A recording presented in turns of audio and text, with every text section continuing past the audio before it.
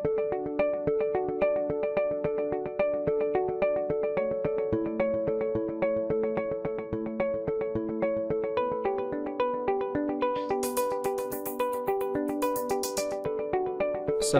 warahmatullahi wabarakatuh.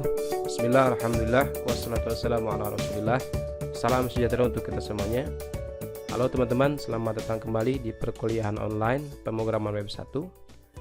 Dalam video kali ini saya akan membahas mengenai HTML. Seperti apa yang telah saya sampaikan di video pengantar perkuliahan, di pertemuan ketiga dan keempat kita akan fokus membahas HTML ya. Dan ini adalah pembahasan-pembahasan mengenai materi HTML. Cara termudah ketika kita ingin mengetahui atau mempelajari sesuatu, biasanya kita akan googling ya. Kita langsung cari saja di internet, kita ketikkan HTML, maka di sini sampai muncul ada 18 miliar lebih hasil. Betapa banyak sekali hasil dari pencarian dengan keyword HTML ini. Nah, ini menunjukkan bahwa HTML ini sudah banyak dibahas oleh orang-orang di dunia, sehingga ketika kita akan mempelajari HTML ini seharusnya tidak terlalu kesulitan ya.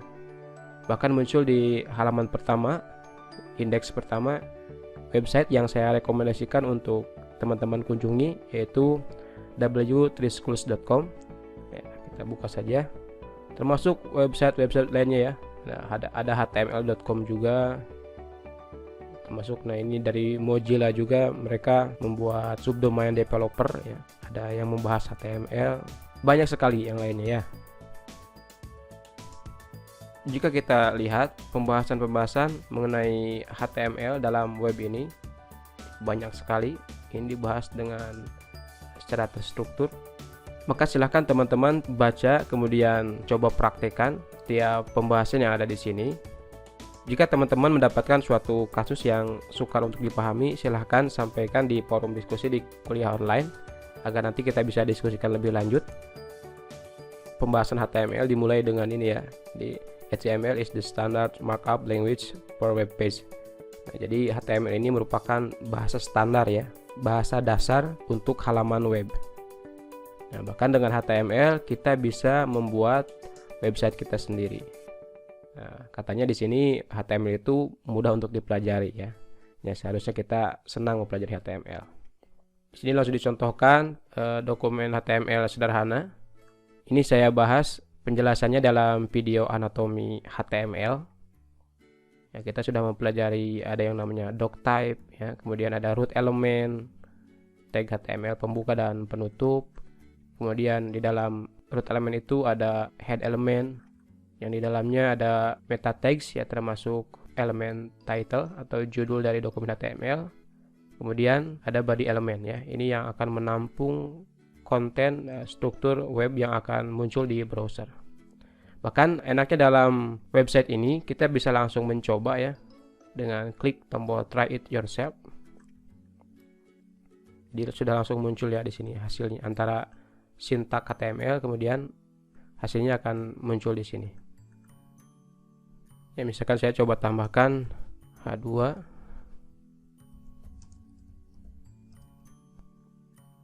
subjudul heading, ketika kita run akan muncul seperti ini. Jadi mudah sekali kalau teman-teman mengikuti tutorial yang ada di sini. Seharusnya menjadi lebih cepat untuk mempelajari HTML. Bahkan di sini sudah disediakan contoh-contoh ya.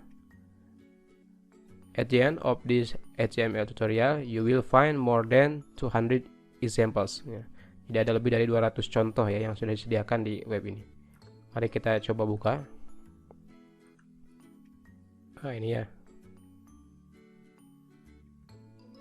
Jadi seharusnya saya yakin teman-teman akan lebih mudah mempelajari HTML ini. Kita coba buka. Misalkan ya yang paling awal. Nah, ini ada HTML dokumen, HTML heading, HTML paragraf. Betapa menyenangkan ya. Jadi kita bisa langsung mempelajari berdasarkan contoh juga. Baik teman-teman, kembali saya perlu sampaikan bahwa HTML itu singkatan dari Hypertext Markup Language. Nah, kalau kita perhatikan di sini ada kata hypertext. Nah, kenapa ini namanya hypertext? Perlu teman-teman ketahui, jenis teks itu ada beberapa ya. Ada plain text, ada formatted text, kemudian ini ada hypertext. Kalau plain text itu teks yang tanpa proses editing sama sekali, jadi benar-benar murni teks ya. Kalau formatted text yaitu teks yang sudah melalui tahapan format. Ini bisa diberi warna ya, diperbesar, kemudian jenis hurufnya bisa diganti, yaitu formatted text. Nah, kalau hypertext ya, keunggulan dari teks ini adalah dia bisa terhubung ke resource yang lain atau nge-link gitu ya. Jadi bisa mengandung tautan. Makanya kalau kita membuat web akan banyak tautan-tautan yang akan kita gunakan. Ya, makanya di sini namanya hypertext. Karena memang di HTML ini fungsinya untuk itu. Jadi untuk menghubungkan berbagai resource. Apakah itu membuka file atau menuju ke halaman web lain. Ya, intinya dengan HTML ini kita bisa terhubung dengan berbagai resource yang lain. Walaupun pada implementasinya nanti yang menjadi link itu bukan hanya teks ya. Jadi apapun yang ada di dalam browser itu semuanya bisa menjadi link gitu ya. Jadi bisa mengandung tautan. Tapi karena memang pada dasarnya semua itu berawal dari teks ya. Sesuatu yang berbasis teks, makanya teks ini yang menjadi muncul ya di nama HTML. Bahkan kalau kita cek seperti apa bentuk web pertama yang dibuat di dunia gitu ya. Nah, kita coba googling saja. Ya, first website on internet.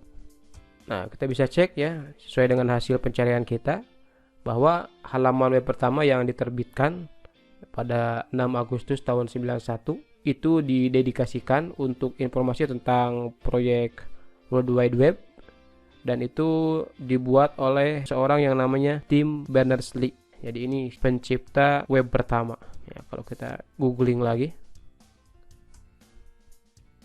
Nah, jadi ini dia orangnya ya. Bahkan ini masih hidup teman-teman ya. Sekarang sudah berumur 64 tahun ya saat video ini dibuat. Nah, berkat jasa Tim Berners-Lee ini, sekarang kita bisa menikmati dunia web dengan luar biasa. Oke, nah kita cek saja tampilan web pertamanya. Nah, ini ya. Ada alamatnya ini. The first web page address ya, ini. Kita coba buka. Jadi seperti ini teman-teman ya. Tampilan web pertama yang dibuat di dunia ini. Semuanya berupa teks. Nah, kalau kita cek di sini ada tulisan berwarna biru bergaris bawah. Ini yang disebut sebagai hypertext. Teks yang memiliki tautan atau link. Kalau kita klik, maka ini akan menuju ke resource yang lain atau ke sumber yang lain. Ada penjelasannya, hypertext is text which contain link to other text. Karena memang pada awalnya link itu ya adanya pada teks ya. Kita belum menemukan gambar dan sebagainya atau resource yang lain dalam web ini. Kalau kita klik kanan, view page search. Nah, kita bisa cek tag HTML-nya seperti ini ya. Nah, kalau kita lihat tag yang ada di sini seperti ini ya. Ada header, body. Nah, bahkan kita belum menemukan doc type. Ya, kita juga belum menemukan root elemen HTML ya. Tapi nah, H1 sudah ada. Oke. Nah, seperti itu teman-teman ya. Ini adalah web pertama yang ada di dunia ini. Baik, mari kita lanjutkan. Intinya HTML itu ya menggambarkan struktur dari sebuah halaman web. HTML itu terdiri dari kumpulan elemen-elemen, kemudian HTML elemen itu memberitahu ke browser bagaimana untuk menampilkan konten-konten yang ada dalam elemen-elemen tersebut. Nah, selanjutnya elemen-elemen tersebut direpresentasikan menggunakan tags ya, atau tanda kurang dari lebih dari. Saya akan jelaskan nanti lebih lanjut. HTML tag itu memberikan label pada konten ya, misalkan ada heading, paragraf, table ya, dan sebagainya. Dan kemudian si browser ini ya, dia tidak akan menampilkan tag-tag ini, tapi dia menjadikan mereka untuk merender konten dari sebuah halaman web. Nah, kalau kita lihat teman-teman, ini yang disebut dengan elemen ya. elemen HTML. Nah, kebetulan si elemen HTML ini disebutnya root element, ditandai dengan tag. Ya, tag itu ini ya, tanda kan, tag pembuka dan tag penutup. Nah, ini ada elemen title, tag title pembuka kemudian penutup, dan kemudian ini yang disebut dengan konten ya, atau isi dari sebuah elemen. Nah, ada elemen body. Elemen body itu yang menampung elemen-elemen lain yang akan dimunculkan di browser. Di sini ada elemen H1, tag pembuka, tag penutup, kemudian ini adalah kontennya. Jadi nanti yang ditampilkan itu kontennya ini ya. Nah, kalau tagnya ini, dia yang menjadi acuan akan seperti apa nanti si browser memproses konten yang ada di sini. Ini ada elemen paragraf, ini kontennya. Nah, berarti nanti si browser itu akan merenders ini sebagai sebuah paragraf. Bahkan di bawahnya ada penjelasannya. Doctype itu yang mendeklarasikan dari dokumen HTML, dan doctype HTML mendefinisikan HTML5, tag HTML, elemen, ini adalah root element dari head dan sebagainya ya. Nah, kemudian di sini juga dijelaskan HTML tags. Jadi seperti ini ya. Surrounded by angle brackets. Ada nama tagnya, pembuka dan penutup, kemudian kontennya tuh di tengah-tengahnya seperti ini. Nah, jadi HTML itu biasanya berpasangan, pembuka dan penutup seperti ini. Bedanya kalau di penutup itu ada slash seperti ini ya, ada garis miringnya. Tag pertama disebutnya start tag atau tag pembuka, kemudian tag kedua itu end tag ya, tag penutup. Di tag penutup ditulis seperti tag pertama, hanya ditambahkan ada forward slash, ditambahkan garis miring seperti ini. Baik teman-teman, saya coba langsung membahas ke HTML elemen agar lebih jelas lagi. Nah, ini sebuah elemen HTML itu didefinisikan dengan tag pembuka ya, kemudian ada konten dan tag penutupnya ya. Seperti ini, HTML elemen, tag pembuka, konten, tag penutup. Nah, ini yang disebut dengan elemen. Nanti kita harus membedakan dengan atribut ya. Jadi ada elemen, ada atribut. Jadi kita harus terbiasa ketika kita menyebutkan elemen HTML, nah seperti inilah bentuknya ya. Kemudian ada yang dimaksud dengan ya nesting tag ya, atau nested HTML element. Nah, kalau kita cek di sini kan ini ada root element HTML. Nah, dia tidak ada konten langsung tulisan atau apa ya, tapi di dalamnya ada tag lagi. Nah, ini yang disebut dengan nested tag. Jadi ada tag di dalam tag. Nah, ini kan letak H1 itu dan P ini dia adanya di elemen body. Nah, itu yang disebut dengan nested HTML element. Elemen menampung elemen yang lain. Jadi begitu teman-teman. Selanjutnya kita masuk ke atribut. Tadi kita sudah tahu elemen. HTML atribut itu yang menyediakan informasi tambahan dari sebuah elemen HTML. Nah, jadi intinya bagian dari elemen HTML. Jadi semua elemen HTML itu bisa memiliki atribut. Atribut itu menyediakan informasi tambahan atau pengaturan tambahan dari sebuah elemen. Kemudian atribut HTML itu ya selalu spesifik berada pada tag pembuka ya. Nah, biasanya penulisannya itu ada nama atributnya, kemudian ada nilai dari atributnya atau informasi tambahannya. Seperti ini ya. Ada name, ada value. Contohnya misalkan di sini, di dalam tag pembuka, di sini ada href sama dengan alamat web. Nah, berarti inilah yang disebut dengan atribut. Salah satu contoh atribut. Jadi penulisannya di dalam tag pembuka, ini ada nama atributnya, kemudian value dari atribut tersebut. Href itu singkatan dari hypertext reference, karena memang tag itu untuk membuat link, ya, membuat tautan. Dan inilah yang menjadi informasi tambahan atau setting tambahan dari HTML element. Nah, kalau kita coba cek, konten dari tag ini akan menjadi sebuah link. Kemana link ini tertuju? Yaitu yang terdapat pada atribut href ini. Dia akan tertuju ke https://www.disclose.com, atau misalkan kita ganti usb.ypkp.ac.id. Kita coba. Nah, kalau kita cek di sini, nah teman-teman bisa lihat di sini di bawah ya, di pojok bawah di status bar akan muncul linknya ya. Jadi sekarang sudah berubah, linknya itu ke web usb.pkp.ac.id. Kalau kita open ini tab, maka akan masuk ke web usb.pkp. itu mengenai atribut. Nah, jadi banyak sekali nanti jenis-jenis atribut. Contoh yang lain misalkan di sini ada elemen image IMG. Nah, biasanya dalam elemen image ini pasti akan selalu ada atribut src ya, atau source. Gambar apa yang mau ditampilkan. Kalau kita coba, nah jadi muncul seperti ini ya. Ada gambarnya.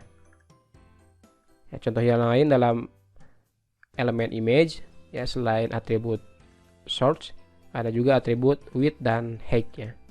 Ini untuk mengatur lebar dan tinggi. Kalau kita cek, ya, misalkan kita ganti ini jadi 300, kita coba. Nah, kayak gitu ya. 300 ini jadi kotak seharusnya. Intinya harus teman-teman pahami bahwa itulah yang disebut dengan atribut. Ingat, ada elemen, ada atribut. Elemen itu yang akan menampung konten, sedangkan atribut itu adalah pengaturan tambahan atau informasi tambahan dari sebuah elemen. Dan tentunya tidak hanya itu, banyak sekali jenis-jenis atribut yang lain.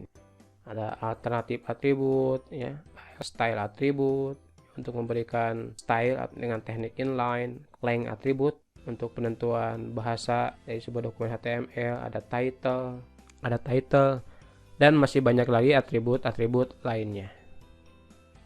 Selanjutnya kita masuk ke heading. Heading itu untuk pembuatan judul ya, atau subjudul. Heading 1, 2, 3, 4, 5, sampai 6 ya. Kalau kita ingin membuat judul utama, maka kita memakai heading 1. Level kedua kita membuat heading 2, dan seterusnya sampai 6 ya. Kalau kita cek kayak gini bentuknya. Dan otomatis secara default ketika kita menggunakan heading 1 ukurannya akan lebih besar. Sampai ke heading 6 itu akan menjadi lebih kecil. Nah, jadi itu untuk heading. Selanjutnya kita masuk ke paragraf. Paragraf itu untuk menampilkan teks dalam bentuk paragraf. Jadi kalau kita cek seperti ini teman-teman ya. Walaupun kita nanti menuliskannya seperti ini, maka nanti akan muncul itu tidak seperti ini ya. Jadi tidak garis bawah ke sini. Paragraf ini tidak mengenal adanya white space atau enter langsung di sini. Ini akan tetap nanti si kontennya ini ke atas ya. Kalau kita cek, walaupun penulisannya dia ke bawah seperti ini, dia akan tetap ditampilkan ke samping. Jadi dia tidak mengenal white space atau enter yang ada di sini. Ya, kalau saya tulis seperti ini, ketika di running dia akan tetap seperti ini. Itu untuk paragraf teman-teman ya.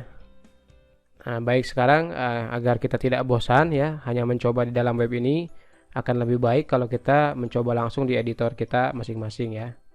Baik, silakan buka editornya.